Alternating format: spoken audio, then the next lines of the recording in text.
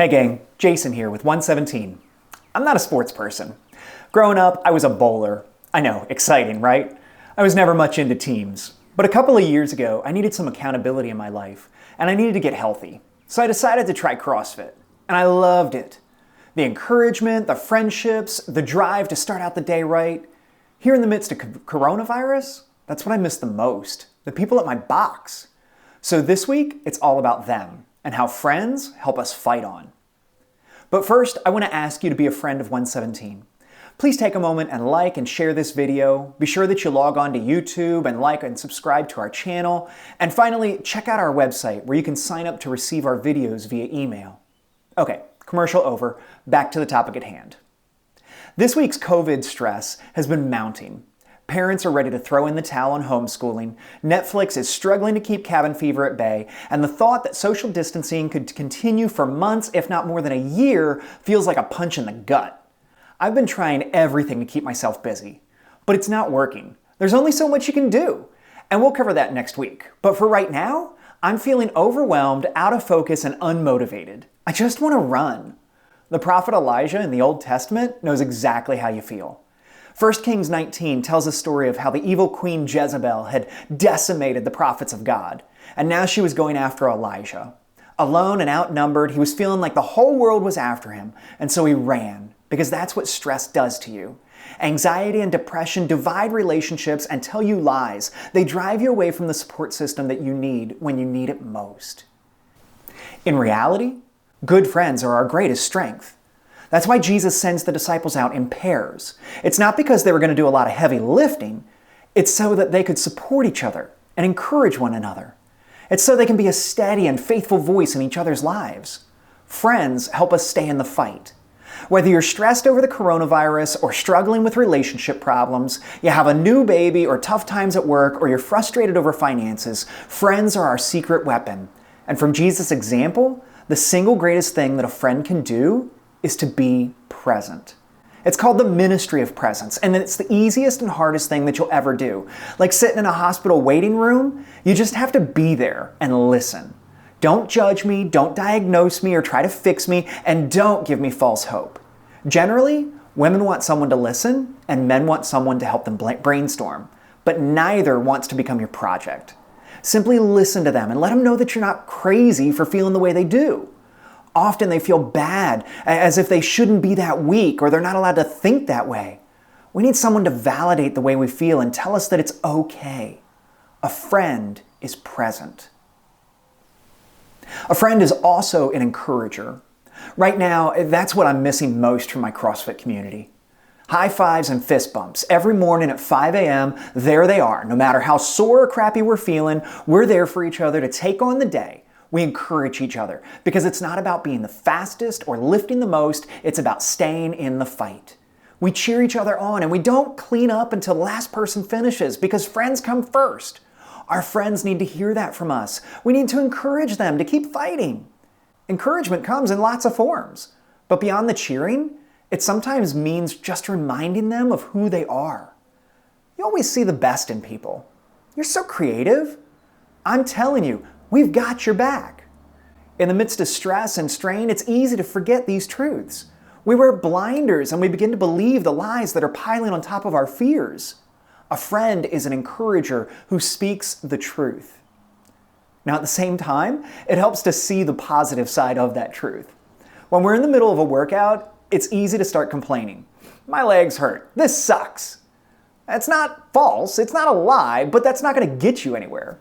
Proverbs 12:25 says, "Worry weighs a person down, but an encouraging word cheers a person up."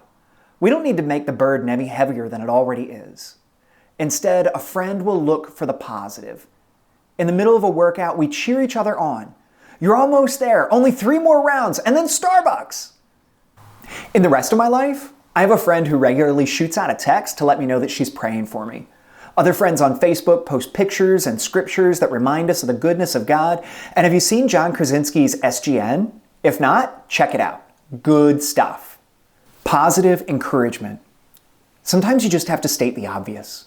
My wife and I slipped into that the other day. We were having a cup of coffee, commiserating, and we just started reminding each other. You know, we're blessed right now. We're all healthy, we have a great house, we all have our own little space, except for my wife who works at the dining room table. We still have our jobs and we're able to work remotely. None of this was news to either of us. We both knew it all, but saying it out loud was somehow comforting. Just as God spoke the world into being and as Jesus is the living word, there's power in what's spoken. It helps break the negativity. So state the obvious. And next, along the lines of being an encourager, we could all use a compliment every now and then. It helps us feel noticed as if we're still part of the human race. Simple things like commenting on someone's glasses or noticing their outfit for the day. Although you may not dress to impress, there's definitely a style there, and a compliment goes a long way toward acknowledging who I am. Of course, we should never forget that we're people of faith, and prayer is a gift that we can give one another. In the early church, James, the brother of Jesus, reminds us, are any of you suffering hardships? You should pray. Got a problem? Pray. Are any of you happy? You should sing praises. In a good mood? Pray. Are any of you sick? You should call for the elders of the church to come and pray over you. Worried about COVID or any of the yuck that goes along with social distancing? Pray. Prayer has many purposes. Usually we only think about prayer as our cosmic wishing well, but it's so much more than that. Prayer is about trying to see things from God's perspective. It's about seeking wisdom and understanding. It's about finding strength through the Holy Spirit to endure. Through prayer, we not only overcome, but we also grow. Talking to God can help sift out what's really going on in our heads. One of the best coaching questions I've ever heard is, so what are you afraid of? After you've heard someone lay out the situation and after they've looked at it from every way they can think of, asking the question, what are you afraid of, invites them to a kind of prayerful introspection that nothing can match. Even if nothing changes in the situation, the self-discovery found through prayer really frames things differently. Presence, encouragement, positivity, pointing out the obvious and sharing a compliment, prayer and laughter. Yeah, laughter. It reduces pain, increases job performance, connects people emotionally, and improves the flow of oxygen to the heart and brain, allowing us to think more clearly. Without a doubt, laughter is the best medicine. It's quoted in various scriptures, and it's famously mentioned by Robin Williams, who fought his own anxieties. He said, I think the saddest people always try the hardest to make people happy because they know what it's like to feel absolutely worthless, and they don't want anybody else to feel like that. People who have been in pain know that laughter can be healing. Laughter drives away the darkness, even if only for a moment, and it brings you back to the land of the living. Friends make friends laugh. And for all you doers out there, lend a hand and help out. All the time people say, if there's anything I can do, yeah, that's all well and good, but how often has anybody ever taken you up on that? It's hard to ask for help. That means admitting you're wrong or weak, and I'm already feeling weak enough. Don't make me go any further. I'd rather not. Instead, be specific. Can I bring you dinner? Can I come do a load of laundry or some ironing while you just rest? Recently, my wife and I, we moved, and a friend of ours asked, so Tuesday night, packing party, cool? She was such a gift. We probably wouldn't have called her over, but she invited herself, and we couldn't have done it without her. Friends help out, and they're specific. But finally, be patient. There's 9 tips here because not all of them are going to work all the time.